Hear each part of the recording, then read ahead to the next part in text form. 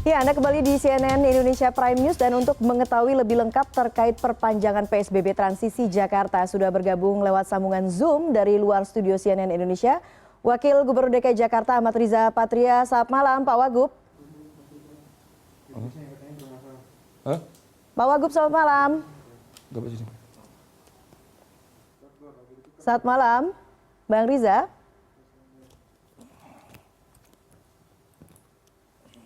Ya, nampaknya kita belum tersambung dengan Wakil Gubernur DKI Jakarta. Baik, halo selamat malam Pak Wagub. Halo, sambung.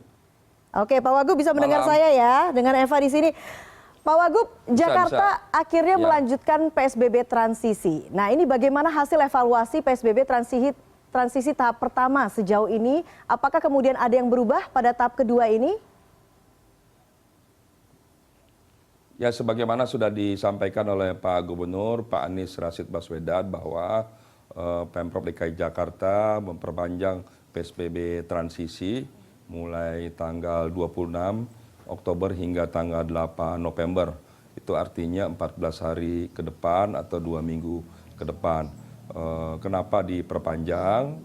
Karena memang ada peningkatan ya dari data dan angka yang telah kita kumpulkan, kita ketahui dan setelah kita diskusikan panjang lebar di internal dengan Forkopindo, dengan para ahli epidemiologi dan juga kami koordinasikan dengan Satgas atau gugus tugas pusat dan pemerintah pusat, kami akhirnya memberanikan diri untuk memperpanjang PSBB masa transisi untuk 2 minggu ke depan ya. Ada peningkatan angka kesembuhan menjadi 86%, kemudian angka kematian turun terus sampai 2,1%. Kemudian juga berdasarkan fakta dan data ya rata-rata kasus positif ya sepekan terakhir itu 9,9% dan rasio tes mencapai 5,8 per 1000 penduduk ya. Terkait keterisian tempat tidur isolasi dalam 2 minggu terakhir turun dari 64 ke 59% dan ruang isolasi juga turun ketersediaannya dari 68 ke 62 ya. Artinya jumlah ruang isolasi dan ruang ICU itu relatif cukup baik. Kemudian juga indikator lain menurut FKM UI skornya itu bertambah dari 60 ke 64 ya di tanggal 24 Oktober. Kemudian nilai reproduktif efektif juga turun ya dari 1,07, 1,6 dan sekarang per tanggal 24 kemarin sudah mencapai 1,5. Kemudian juga yang kasus positif lain adalah masyarakat kita ya, sekalipun memang ada penurunan kepatuhan ya dari 75% ke 71 yang menggunakan masker ini berturun dalam 2 minggu terakhir. Jaga jarak juga berturun dari 75 ke 73%, tapi yang mencuci tangan itu meningkat dari 39 ke 43%. Dan tes PCR kita terus bertambah ya, sudah mencapai 1,2 juta. Oke. Artinya ada indikator-indikator yang membaik, tapi kemudian juga ada penurunan tingkat kedisiplinan masyarakat begitu ya menggunakan masker, kepatuhan masyarakat. Ya. Bang Riza, dalam keterangan pers disebutkan bahwa Pemprov DKI Jakarta akan menggunakan atau akan kembali menerapkan rem darurat atau emergency brake, disebutkan seperti itu. Apabila terjadi tingkat penularan yang mengkhawatirkan. Apakah ini kemudian berkaitan dengan kita akan menjelang libur panjang pada tanggal 28 Oktober ini? Apakah itu sebagai salah satu antisipasi penyebaran virus saat libur panjang nanti, Bang Riza? Jadi yang pertama perlu kami sampaikan yang dimaksud Pak Gubernur adalah sekalipun ada peningkatan angka-angka yang membaik ya dari semua data dan fakta, tapi kita harus terus waspada, harus hati-hati dan semua kemungkinan bisa saja terjadi ya. Jadi di masa pelonggaran ini kami selalu menyampaikan bahwa ketika ada pelonggaran berarti potensi orang keluar rumah meningkat, potensi orang berinteraksi juga meningkat, potensi orang kerumunan juga meningkat dan pada akhirnya potensi penyebaran juga dimungkinkan meningkat. Untuk itu kami minta masyarakat tetap berada di rumah ada tempat yang terbaik, apalagi bagi anak-anak kita di usia di bawah 9 tahun dan orang tua di atas 60 tahun. Kecuali untuk hal yang luar biasa, baru kita perankan keluar. Kemudian juga ingin disampaikan oleh Pak Gubernur bahwa sekalipun di masa pelonggaran angkanya membaik, namun apabila dalam masa pelonggaran ini nanti ditemukan fakta data baru terkait ada peningkatan kasus aktif, umpamanya meningkatkan penularan dan lain sebagainya, maka tidak mustahil bahwa Pemprov akan menarik kembali rem darurat atau emergency brake. Inilah sebabnya kami minta pada seluruh masyarakat warga untuk terus disiplin, patuh dan taat melaksanakan 3M dan juga terus meningkatkan kesehatan dan kekebalan tubuh. Oke. Kemudian juga yang perlu kami sampaikan bahwa di akhir minggu ini ada libur panjang ya selama 5 hari. Kami minta berkali-kali supaya diurungkan niatnya untuk tidak berpergian jauh-jauh ya, sedapat mungkin tidak keluar rumah dan sebagainya, karena kalau ada libur panjang potensi orang keluar itu meningkat. Kita lihat ada 2 kali kejadian seperti ini di bulan-bulan lalu, maka di situ terjadi peningkatan kasus. Oke, selain kemudian memberikan himbauan kepada masyarakat untuk tetap di rumah dan tidak berpergian, apakah kemudian ada upaya lebih misalnya menutup lokasi-lokasi wisata di saat libur panjang ini untuk mencegah terjadinya peningkatan jumlah penyebaran positif COVID-19, Bang Riza? Ya, memang kami dalam posisi yang tidak mudah ya. Di satu sisi kami melakukan pelonggaran, itu artinya unit-unit kegiatan, unit usaha dibuka. Sekalipun kami mengikuti dengan syarat-syarat yang ketat, seperti pembelian tiket dilakukan secara online, kemudian protokol COVID diperketat, ada fakta integritas, kemudian juga setiap orang yang datang ke unit-unit kegiatan atau usaha tersebut harus mendata atau didata nama, nomor KTP, nomor handphone dan lain sebagainya. Namun demikian ini dapat menimbulkan potensi, tapi kami ingin masyarakat semakin patuh, taat dan disiplin dan masyarakat semakin dewasa. Kalau ada pelonggaran, kita harapkan kepatuhan masyarakat semakin meningkat ya.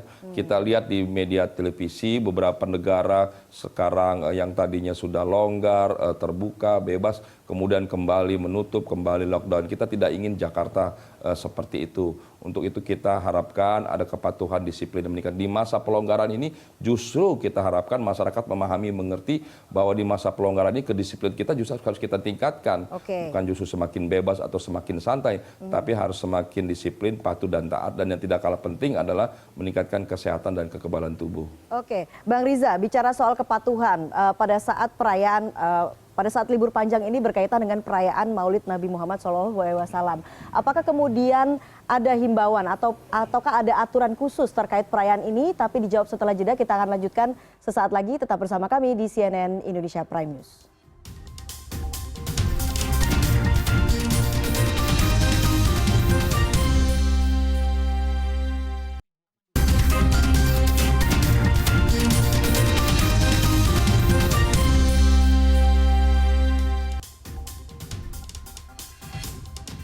Ya, saya masih bersama Wakil Gubernur DKI Jakarta, Ahmad Riza Patria. Bang Riza, seperti pertanyaan saya sebelumnya, libur panjang kali ini berkaitan dengan perayaan Maulid Nabi Muhammad SAW. Apakah ada aturan khusus yang kemudian mengatur keramaian ataupun perayaan Maulid Nabi ini, Bang Riza, untuk di Provinsi DKI Jakarta?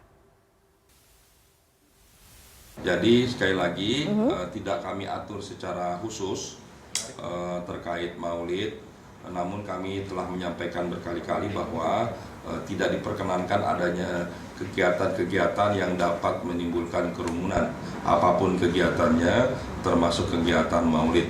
Kalaupun ada kegiatan-kegiatan, kami minta dilakukan secara online atau virtual atau daring ya. Jadi itu salah satu cara kita berkegiatan di masa PSBB maupun PSBB transisi. Jadi itu tidak mengurangi arti dan makna daripada peringatan Maulid Nabi tersebut. Masyarakat siapapun dapat merayakannya dengan cara secara online atau daring atau virtual. Kami minta tidak melakukan kegiatan-kegiatan yang mengumpulkan massa dalam jumlah yang banyak. Apakah kemudian ada sanksi khusus bagi yang kemudian berkumpul atau melakukan keramaian terkait dengan ini? Ya, terkait pelanggaran-pelanggaran sudah diatur ya dalam pergub sebelumnya, dalam perda yang juga sudah kita ketok tanggal 19 Oktober Senin yang lalu. Jadi semua ketentuan aturan sudah diatur secara jelas dan rinci, jadi masyarakat saya kira sudah memahami. Sekalipun memang kita membuka rumah-rumah ibadah yang dapat dilakukan ibadah dan kegiatan-kegiatan lain, tapi kami minta tetap melaksanakan protokol COVID yang ketat ya, disertai dengan pendataan dan lain sebagainya. Jadi sekali lagi kami minta masyarakat bisa memahami, mengerti bahwa berbagai kegiatan termasuk perayaan Maulid dapat dilakukan secara daring atau virtual. Mudah-mudahan di masa liburan ini masyarakat bisa juga memaknainya, mensyukurinya dengan tetap berada di rumah, menjaga kesehatan keluarga, kemudian berkumpul, berdialog, diskusi dengan keluarga di rumah, melakukan kegiatan-kegiatan lainnya di rumah masing-masing tanpa harus ke luar kota atau bepergian jauh. Oke, bicara soal perda yang baru saja dimiliki oleh DKI Jakarta begitu ya, yang baru saja diputuskan, ada sanksi pidana denda kemudian bagi yang melanggar. Seberapa besar sebetulnya Pemprov yakin bahwa aturan yang ada di Pergub ataupun Perda ini bisa menekan angka penyebaran COVID-19?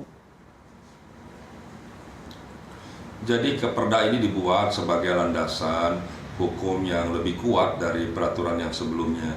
Selama ini ketentuan dengan PSBB yang diatur melalui peraturan Kementerian Kesehatan, kemudian di wilayah masing-masing, Pemprov maupun kabupaten kota mengatur sesuai dengan kewenangan masing-masing. Kami di Pemprov mengatur secara teknis atau detail melalui Pergub, Kepgub, dan surat edaran gubernur, surat edaran dinas terkait ya. Dan kita bersyukur DKI Jakarta sejak 9 Oktober telah memiliki peraturan daerah, satu peraturan yang lebih komprehensif dan holistik yang dapat mencakup berbagai hal, karena ada peraturan atau ketentuan yang di Pergub tidak ada kewenangannya, seperti sanksi pidana itu tidak diperbolehkan diatur dalam Pergub. Sanksi pidana diperbolehkan melalui Perda. Namun demikian alhamdulillah kami Pemprov dan DPRD DKI Jakarta memberlakukan sanksi pidana dalam bentuk denda ya, tidak dalam bentuk pidana kurungan badan atau penjara, karena sekali lagi masalah pelanggaran di PSBB ini adalah satu bentuk pelanggaran,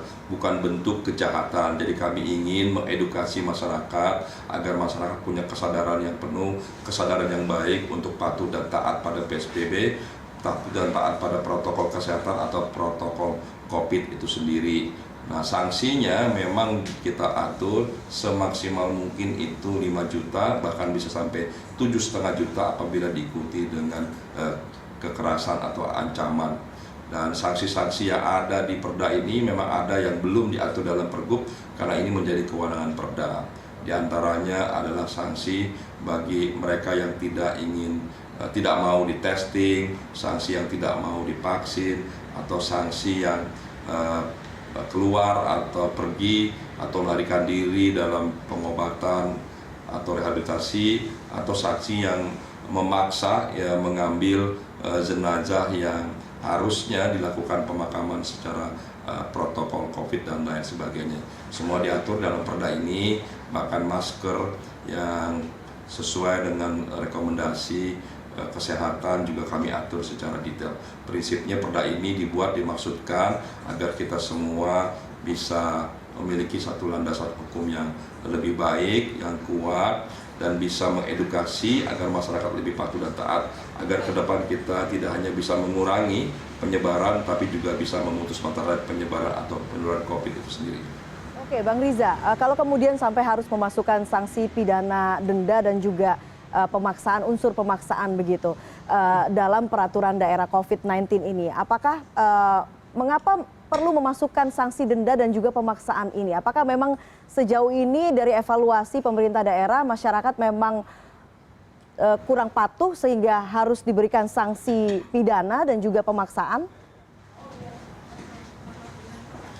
Ya, sejujurnya kalau kita lihat fakta dan data ya, masyarakat DKI Jakarta, mohon maaf tidak bermaksud membandingkan dengan daerah lain, cukup memiliki kesadaran yang baik jika kita bandingkan dengan kepatuhan di tempat-tempat lain. Namun demikian, kepatuhan yang ada belum cukup ya, karena faktanya angka penyebaran masih cukup tinggi dan faktanya memang virus masih ada di sekitar kita.